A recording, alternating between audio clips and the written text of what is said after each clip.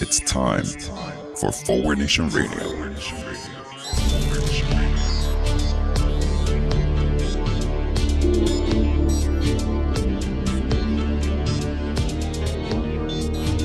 Now here he is, the host of Forward Nation Radio, David Leventhal. A new comprehensive study shows a relationship between disrupted sleep and mood disorders such as depression. So apparently this has created a depression feedback loop since the election of Donald Trump. I'm too depressed to sleep, which is apparently making me depressed, which is apparently making me too depressed to sleep. On the other hand, Michael Pollan just came out with a new book talking about the beneficial effects of hallucinogenic drugs in treating mood disorders such as depression. Lesson here, if you're going to stay up all night, make sure you're dropping acid.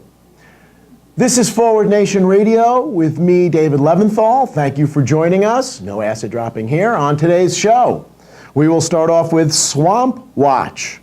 The Middle East, something's happening in the Middle East, I think, right?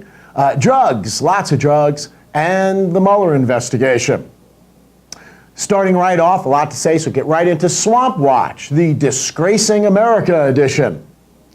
Yes, it's been all the rage. We thought we weren't going to talk about it at first, but all the rage that a Trump aide, Kelly Sadler, whose name will now forever be infamous, made that infamous comment regarding John McCain in his imminent, apparently, death.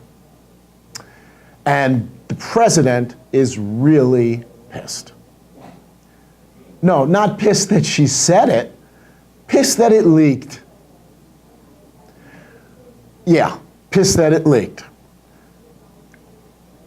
The relevance of this, I think, is a couplefold. Look, the fact that a member of the Trump administration incorporates the misogyny, the hatred, the anger, the disgraceful, lying nature of the President of the United States shouldn't shock anybody at this point. Working in that administration, if you haven't already started out, a piece of garbage is a quick way to get there. Could you imagine, just for a moment, if Kelly Sadler were an aide to Hillary Clinton or some other Democrat? The Secret Service would have to provide her with round-the-clock protection because of all the death threats coming from all the people who are now saying, oh, who cares? Stop making such a big deal about this, whatever. Seriously? Don't really care? She said she was going to apologize, apparently. That was going to be the punishment. She said to John McCain's daughter, Meghan McCain, I'm going to make a public apology. We are still waiting for that public apology. What do we learn from this? The Trump administration takes its cue from Fox News and the rest of the far right. You never apologize. You don't go backwards, you only go forwards. You don't admit to error, you just keep lying and doubling down on your lies and keep moving forward. The Trump administration has announced that they will be dealing with it internally. Damien, we didn't get invited to the party. What's that all about? I don't understand. I assume they're throwing her a party. Because after all, you know, my heroes are people who don't get captured.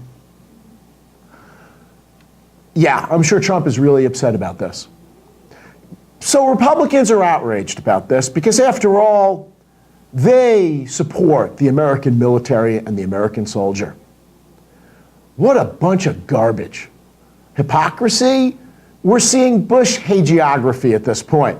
This would never have happened under George Bush. George W. Bush, for all his faults, would not have accepted the treatment of an American war hero like this. I'm actually seeing Republicans come out and say shit like this. Really? George W. Bush? This is how far we've sunk, that we're putting him on a pedestal? The guy who's probably now the second worst president in American history? I'm sorry, was it not George Bush who got elected president in 2004 because of the Swiftboat campaign?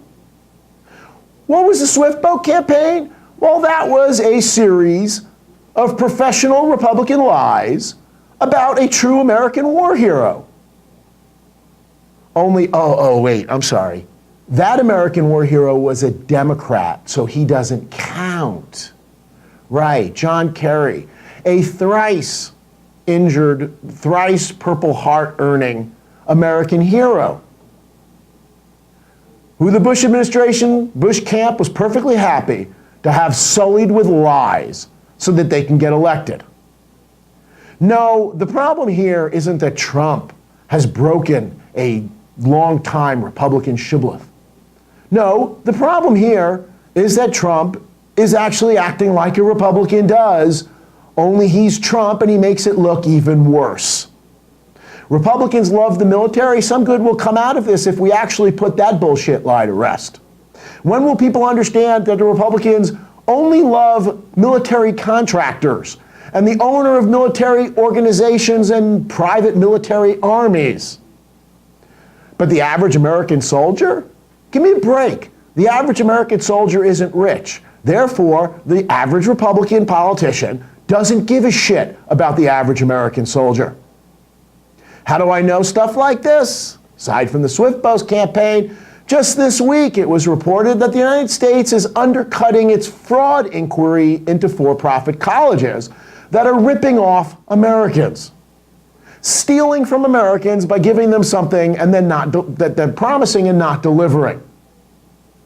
This decision is being made by our vaunted education secretary, the one without the education, Betsy DeVos, and her employees, who it turns out came from these very institutions that will no longer be investigated, such as DeVry and others. The same education secretary who showed up this week in New York, oh, it was so wonderful to have her nearby, at a private grade school for ultra-religious rich people, costing about $22,000 a year. And, of course, a big feeder to the United States Army, I'm sure. Betsy DeVos, who doesn't believe in public education, protecting public colleges, you know, the kind of places that soldiers go to. It is U.S. soldiers that are getting ripped off by these people, and from things like scammy insurance companies that it turns out are not being regulated anymore. But we saw at least some Republican heroes emerge, like the Huckster, showing her usual amount of bravery and saying we should move on from this story. I don't like this negative tone. Can we please talk about Michelle Wolf and how she wasn't nice to me? In the laugh riot of the week, Sarah the Huckster said, the president, in order to change the subject, is working hard every day for the American people. Seriously? The president is working hard every day for the... Every day he's working hard between the tweeting to Fox and Friends hours ending at 11 and the 12 o'clock tee-off time. But in that window there between a little after 11 when the last tweeting's done and a few minutes to 12 when he has to go to his course, he is working really hard for the American public. This is the piece of garbage that we shouldn't be making fun of? Yeah, okay. Elsewhere in Swamp Watch, our new Secretary of State, did you hear this? This wasn't widely publicized. Our new Secretary of State went to North Korea. Ooh, North Korea, where we may be having a summit or not having a summit, depending on how quickly they get their Nobel Prize application in, I guess. Mike Pompeo apparently went and met with the North Korean leader and referred to him as Chairman Un. His surname being Kim. This is the Secretary of State of the United States, our chief diplomat. It's amazing that our ambassador to South Korea did, oh, right, we don't have one of those. Well, I'm sure this is going to end well, because I have faith. Last Swamp Watch comment just has to be noted. Republican Senator Chuck Grassley, speaking directly to Supreme Court Justice Anthony Kennedy, said, quit. Quit and quit now. Because we don't know if we're going to maintain the Senate. And for us to steal the Supreme Court again, we're going to absolutely have to get somebody in now while we have the Senate. So yes, this president, this criminal, this man who is under investigation by 37 U.S. agencies at the same time, should be installing another Supreme Court justice if you're a Republican. That is your respect for America. We've been talking on this show about the importance of Democrats taking over the Senate. I will agree with Grassley on one thing. The Supreme Court and courts all across this country are crucial. Get out and vote and take back the Senate. Anyway, the Middle East. Oh, the Middle East. Always some fun news to report in the Middle East. And of course, we had a party in the Middle East in Jerusalem to celebrate the opening of the Israeli embassy there officially. Oh yes, all the great, the best that America has to offer. Our best diplomats were on hand, starting with Robert Jeffress. Robert Jeffress, evangelical minister, who offered the opening prayer. Robert Jeffress, who has said in the past that Jews are going to hell, was on hand to celebrate with the state of Israel. But that's okay, because the closing benediction was given by Robert Hagee, another evangelical extremist who has pointed out that God sent Hitler to earth to send the Jews to Israel, where they need to be, so God can kill them all and send them to hell while the Christians ascend to heaven. Oh, a good time must have been had by all. And they're busy naming shit after President Donald Trump. Aim to square. Oh, Israel, this is going to end really, really well for you. Look at the parallels right now in Israel and the United States as we look to extremism. Israel, watch who your allies are, as we have been warning for a very long time. These are the people you're going to bed with right now, just like you are marching in America alongside Nazis. I'm sure that's going to end real well, too. Real well, it was reported this week that another Massachusetts school was defaced with anti-Semitic swastikas and other stuff, and anti-gay graffiti. And it was pointed out that it is representative of an 86% rise in such instances of bigotry and violence since Donald Trump's presidency. Be careful who you get in bed with, Israel. More careful, apparently, than the President of the United States is. Stormy joke. Sorry. Just have to explain that one. Take a second for it to sink in. It is remarkable at this point for those of us who support Israel to see what's going on. The parallels between Trump, our president, and the president of Israel, Prime Minister of Israel, are remarkable. Between Trump and Netanyahu. Both are strongly alleged to be criminals. Both are right-wing extremists. Both are professional liars. Both are bigots and are not above using bigotry to win elections. Both attack fake news anytime there is any information that goes against their beliefs. Both apparently believe that they are the country that they were elected to represent. As an Israel supporter, I've been told by Netanyahu supporters that I must hate Israel because I don't like Netanyahu, as if those two are one and the same. The week didn't end quite so well, of course, because of the violence erupting in Gaza, where just a couple of days ago, more than 60 Palestinians were killed protesting, and a couple of thousand were wounded. I'm not going to wade into the debate here yet on who's to blame and how much blame for each party. In the immediate aftermath of things like this, don't trust the information that you're getting. But I will point out how dangerous, as I've had since we started this show, how dangerous the rise in extremism is everywhere in the world, including among the Palestinians, including in Israel. Things don't end well when parties turn to extremism. One thing we can hope from all this, and expect, is that there will be a thorough, nonpartisan investigation of what happened and who should be responsible. Also, briefly this week, more Mideast news, there was an election in Iraq, and the United States lost. The leading candidates, the parties that were chosen to lead or form a coalition government, were anti-US political parties.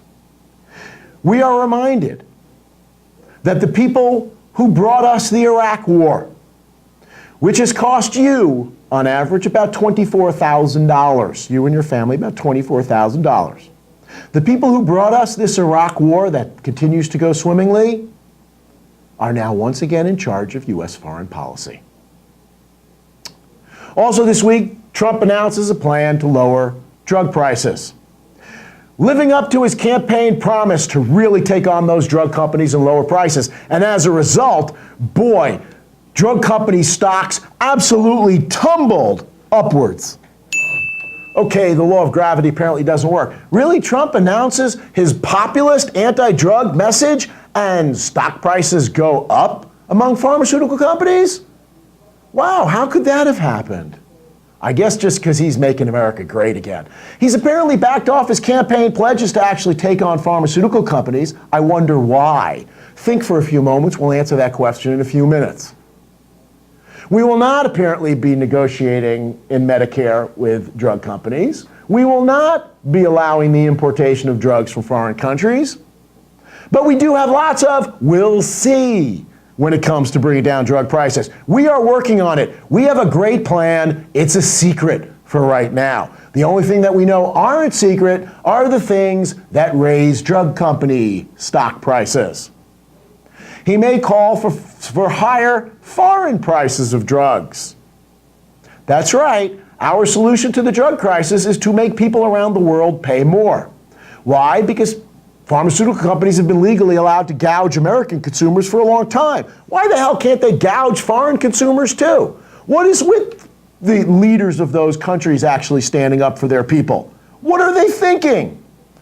The idea, of course, is that pharmaceutical companies need to recoup their investments in research and development. And I understand that. We give patents, we violate the very essence of our free market principles of competition to give monopolies to allow patents so that pharmaceutical companies can recoup their investments. So what have they been doing? They lie to us about their research and development costs.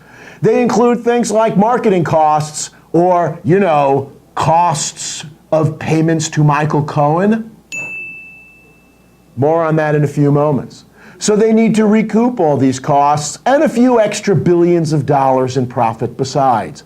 Those poor pharmaceutical companies, it really is a wonder that something like 4 of them are the richest companies on the planet. Very briefly before we go to our main story, pot. No, we're not asking for any.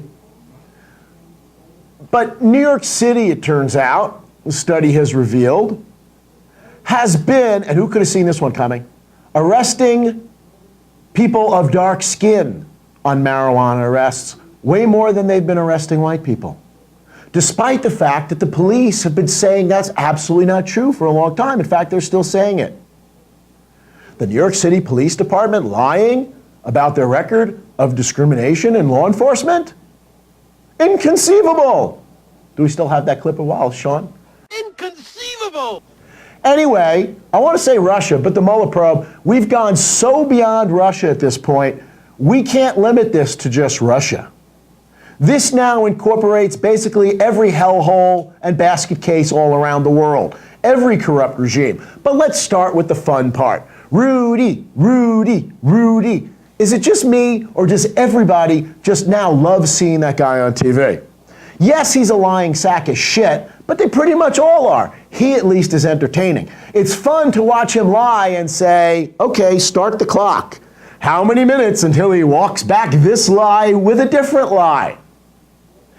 Giuliani is engaged, along with the Trump administration, in a war on truth. How have they created such a tangled web? Oh, what a tangled web we weave when... Wait, not first. They've been deceiving their entire lives. Never mind. But anyway, you get the idea. You know, they're liars. They really should be better at it at this point. The problem is, what's happening here is they're criminals. And so when they try to talk their way out of whatever they're being accused of, they have to lie. But then it turns out the lies, one, are shown to be lies, and two, it turns out they're such jackasses that it turns out the lies are crimes themselves. So in either case, they have to tell more lies to lie themselves out of the first lies. And now they've created this tangled web of lies that have become so complicated and so mishigas that there's basically no way out. These guys are going down. It is absolutely remarkable. One of the lies that Giuliani told that led to a federal crime, this one was fun. Trump has said this had nothing to do with the campaign. The payments to Stormy Daniels had nothing to do with the campaign. So Giuliani came on to say there were no campaign finance violations here. I mean, this was just to shut her up because, God, could you imagine this coming out right before the election? Wait, I just copped to a federal crime? I didn't mean that. President Trump, wait a minute, he's new here. He doesn't have his lies straight yet. He's still working on getting his lies straight, okay? We're still working on that. Okay, they have to maneuver between all different bad options. They look stupid in part because it's hard to say this. It's hard to dismiss such successful people as stupid. But seriously, there's a problem there. They certainly don't know the law well enough to craft their lies. And also, maybe they're not stupid. But I think part of what happens is they go to Fox News. And Fox News makes you stupid. Whatever stupid you started out as when you went to Fox News, being on Fox News just sucks whatever brain matter you have out.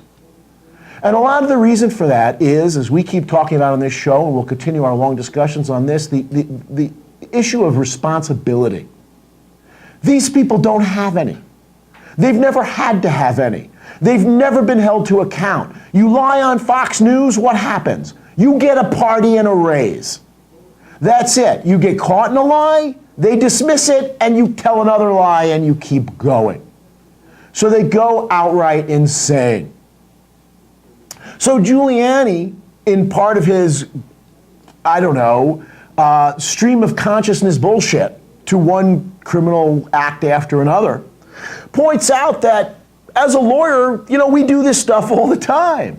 We shut people up to protect criminal activity all the time. Trump, I'm sure, has done this before. I've done this before, which led his law firm, Greenberg Traurig, visit us online today, to say, I'm sorry, no, we don't admit to criminal behavior that Rudy just copped to.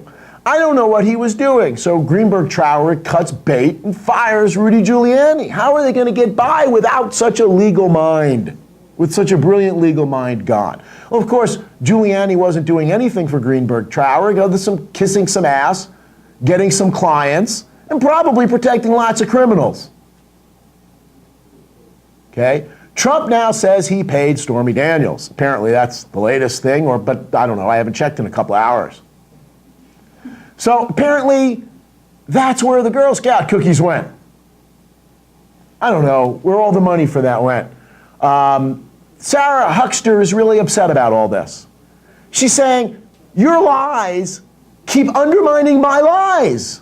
This is a problem. You can't keep showing my lies to be lies. If this is the way it's going to work around here, I may have to leave and go take my lies somewhere else. So it's a war on facts. It's a war on truth. It is a war on democracy. It's not always that funny. The stormtroopers comment that a former federal prosecutor, a U.S. attorney, made. Stormtroopers accusing U.S. government agents of being Nazis. What Republican would do that? Oh, right, yeah, pretty much every one of them has, while getting upset about Nazis and Democrats using Nazis. So the deputy attorney general appointed by Trump has to come out publicly and say the Department of Justice will not be extorted. The Department of Justice will not be extorted. He is talking about a presidential administration and United States law enforcement. So Devin Nunes, that piece of shit who has been Trump's lackey in trying to cover up the investigation and releasing information to him, and the GOP are demanding the documents that Mueller has so they could turn it over to the White House. They are demanding an end to the investigation. Paul Ryan and Mike Pence have said this is time for this to end. Mike Pence thinks this is time to end? Well, that makes sense. Here's a guy who thinks the football game ends at the kneeling. Okay, this has led such Republican stalwarts as George Will to write a column absolutely scathing of what a low-life scum Mike Pence is. Matthew Dowd, a conservative commentator who found the Bush administration perfectly to his liking, points out it's time now for this to end. Benghazi hearings against Hillary lasted 4 years and resulted in 0 indictments. The email investigations into Hillary Clinton were 2 years, resulted in 0 indictments. Mueller's investigation has lasted a year and already resulted in 27 indictments and guilty pleas. Right. This is what needs to end now. It is really unbelievable what it's like to be a Republican in this day and age.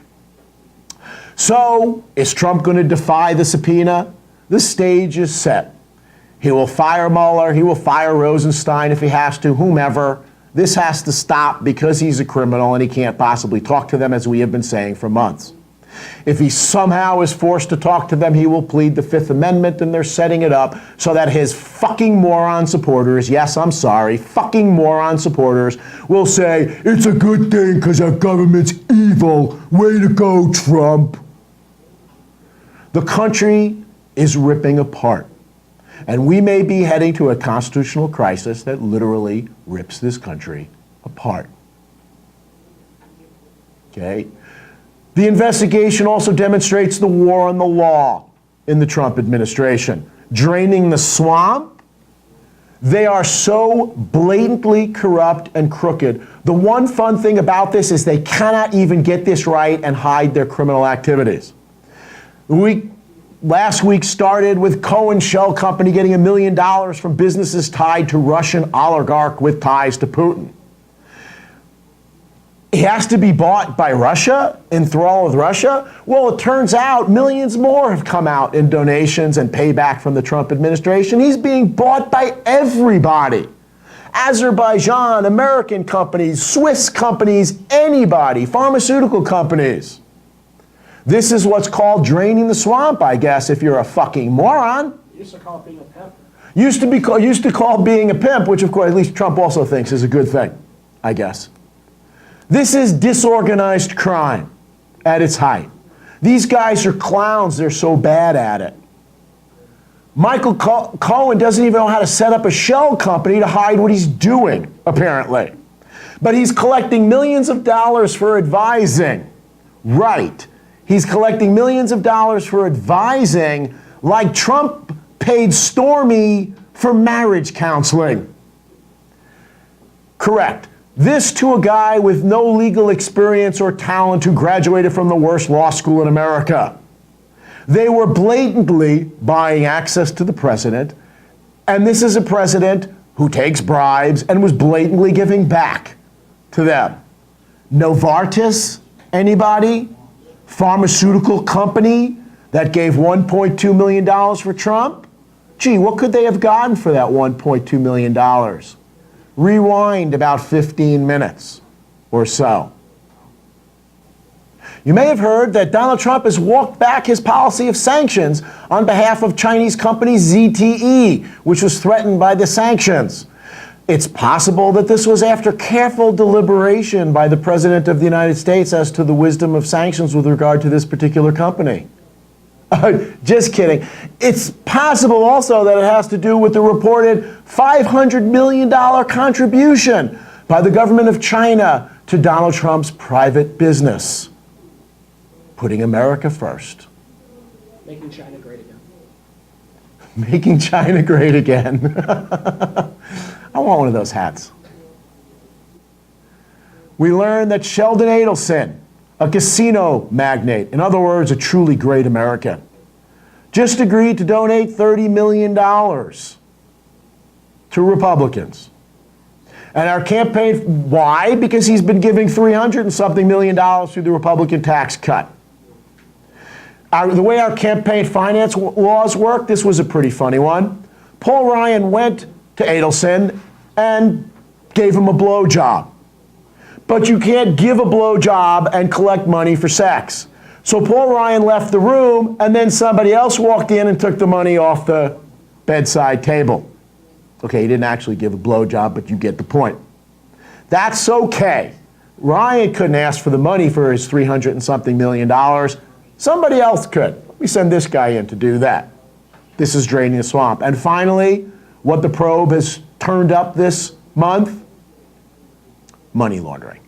And we've said this for a long time, that what is obviously going on with Trump is that this guy is a serial money launderer. We're just speculating. It hasn't been proven yet. But boy, the evidence is mounting. As was pointed out, Trump was proud. He wrote about never paying his own money for anything, paying other people's money and then not paying them back. And all of a sudden, a few years ago, he started conducting all cash transactions with his real estate business. The real estate business alone, I understand, is famous for money laundering, especially golf courses, which Trump has been opening around the world. Famous for money laundering because of how easy it is to misstate their value. The shady figures he's been hanging out with around the world, the fact that Boris and Natasha have moved into the White House, it turns out there may actually be something here. These Azerbaijani money launderers, this is where the meat of the story is. We've said for a long time, however bad the campaign finance stuff is, the way this country acts toward campaign financing, it's hard to imagine that all this is about legal bribery or illegal bribery. Keep your eye on the money laundering story as it grows. And we will help you keep an eye as incidents come up. We will report on them at Forward Nation Radio. Anyway, that's today's show. Thank you for joining us. Like looking forward, go to forwardnationradio.com. That's forwardnationradio.com and get the full experience. You'll see the video from this in every episode there and on our YouTube channel as well. Don't miss our next podcast on Podbean at podbean.com and now on iTunes through whatever the hell, iTunes.com. It's probably not, through Apple. If you love what you heard, like us on Facebook, please subscribe to our YouTube channel. Tell your friends, spread the word. Forward Nation Radio. See you next week.